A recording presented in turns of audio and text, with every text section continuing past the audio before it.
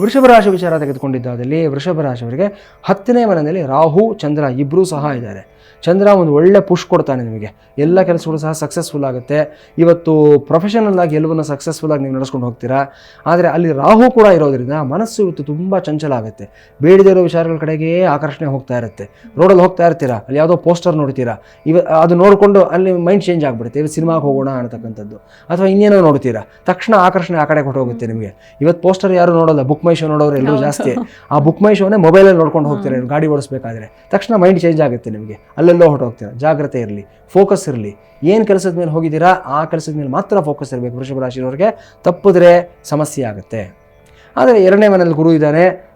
ಕುಟುಂಬದ ವಾತಾವರಣ ಚೆನ್ನಾಗಿರುತ್ತೆ. ನಿಮ್ಮ ಮಾತಿಗೆ ವಿಶೇಷವಾದ ಬಲ ಇರುತ್ತೆ. ಇವತ್ತಿನ ದಿವಸ ನೀವು ಏನು ಮಾತು ಹೇಳ್ತೀರಾ ಅದಕ್ಕೊಂದು ಘನತೆ, ಒಂದು ತೂಕ, ಒಂದು ಗಾಂಭೀರ್ಯ ಇರುತ್ತೆ.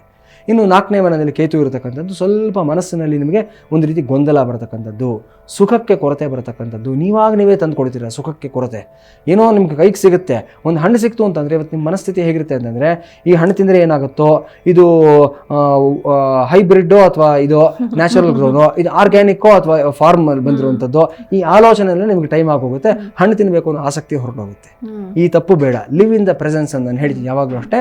ಆ ಕ್ಷಣಕ್ಕೆ ತಿನ್ಬೇಕಾ ತಿನ್ನಿ, ಓವರ್ ಥಿಂಕಿಂಗ್ ಬೇಡ. ನಿಮ್ಮ ಸುಖವನ್ನು ನೀವೇ ಹಾಳು ಮಾಡ್ಕೊಳ್ತಕ್ಕಂಥ ಮನಸ್ತತ್ವ ಬೇಡ. ಇದನ್ನು ಗಮನದಲ್ಲಿಟ್ಕೊಳ್ಳಿ. 11ರಲ್ಲಿ ಶನಿ ಇದ್ದಾನೆ, ಎಲ್ಲವೂ ಸರಾಗವಾಗಿ ನಡ್ಕೊಂಡು ಹೋಗುತ್ತೆ, ಏನು ತೊಂದರೆ ಇಲ್ಲ.